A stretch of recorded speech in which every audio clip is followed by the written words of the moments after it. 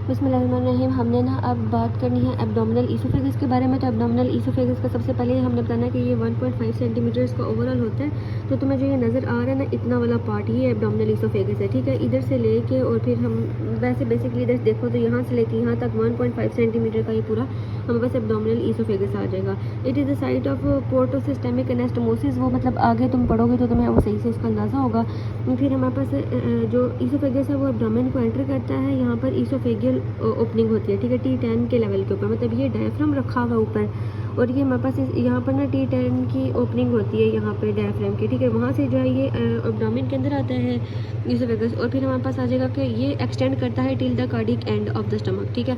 तो ये यहाँ से T10 था, ठीक है, यहाँ से ईसोफेगस एक्सटेंड किया 1.5 सेंटीमीटर का, और ये हमारे पास आगे से this one is the cardiac end of the stomach, यहाँ पर आके ईसोफेगस ही खत्म हो जाता है। तो इसका एक्सटेंड तुम्हें याद हो जाना चाहिए अभी तक। उसके बाद आ जाएगा कि इसके साथ साथ हमारे पास और क्या होता है कि तुम्हें यहाँ पर नज़र आ रहा होगा कि ये जो ईसोफेगस था, ठीक है, इसने साथ में अपने ये वाली जो वेजल्स हैं इनको भी लिया हुआ है, ठीक है। ये कौन सी वेजल्स हैं हमारे पास?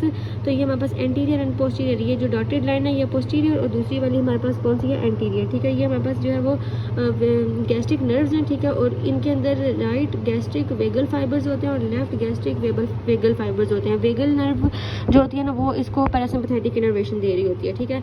उसके बाद हमारे पास बात आती है कि इधर ये भी बात हुई हुई है, और लेफ्ट गैस्ट्रिक जो हमारे पास आर्टरी होती है ना, देखो ये लेफ्ट गैस्ट्रिक आर्टरी है, जो उसकी ब्रांच है लेफ्ट गैस्ट्रिक आर्टरी की ब्रांच है ईसोफेगियल आर्टरी, ठीक है। तो ये इधर से एक्सटेंड होती है, यहाँ तक जा रही है, और ये भी ईसोफेगस के साथ ही, मतलब T10 की ओपनिंग पे ईसोफेगस भी आ रहा है, ये वाली नर्व्स भी आ रही हैं, और साथ में हमारे पास जो ईसोफेगियल आर्टरी भी आ रही होती है इनटू द एब्डोमिनल कैविटी। अच्छा, उसके बाद हमारे पास आ जाएगा कि हमारे पास वेन्स जो होती हैं, इसकी लेफ्ट गैस्ट्रिक वेन जो होती है वो पोर्टल वेन में ड्रेन करती है, बाकी सारी सिस्टेमिक वेन्स में, ठीक है।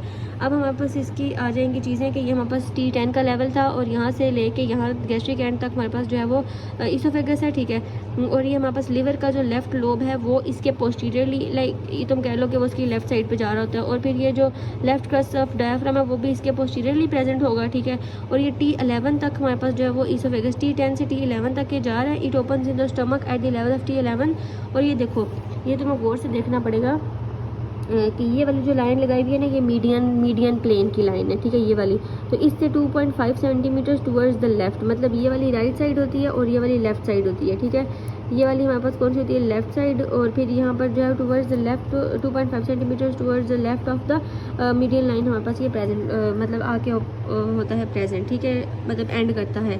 अच्छा, उसके बाद हमारे पास आ जाएगा इसके रिलेशंस के। यहाँ पर ये देखो लिखा हुआ है कि जो पेरिटोनियल कवरिंग है वो सिर्फ इसके लेफ्ट पे, ये इसका लेफ्ट एंड है, और इसकी एंटीरियरली, मतलब कि अगर ये है किसी कोई भी चीज़, ठीक है, और ये किसी भी चीज़ का राइट एंड है एक ट्यूब का, और ये उसका लेफ्ट एंड है, तो ये लेफ्ट एंड और ऐसे पेरिटोनियम पड़ी होती है कि लेफ्ट एंड और उसकी एंटीरियरली, ये एंटीरियर है और पीछे जहाँ पे पेज ऑफ पोस्टीरियर, तो ये ऐसे जो पेरिटोनियम ने इसको कवर किया होता है।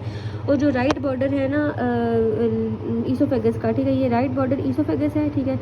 तो यहाँ से ये कॉन्टिन्यूस होता है lesser curvature of the stomach, लेकिन जो यहाँ पर लेफ्ट बॉर्डर है हमारे पास, ये राइट है, जो लेफ्ट बॉर्डर है ना हमारे पास स्टमक का, वो कॉन्टिन्यूस, वो ईसोफेगस का कॉन्टिन्यूस नहीं होता फंडस के साथ, क्योंकि कार्डियक नॉच प्रेजेंट होती है।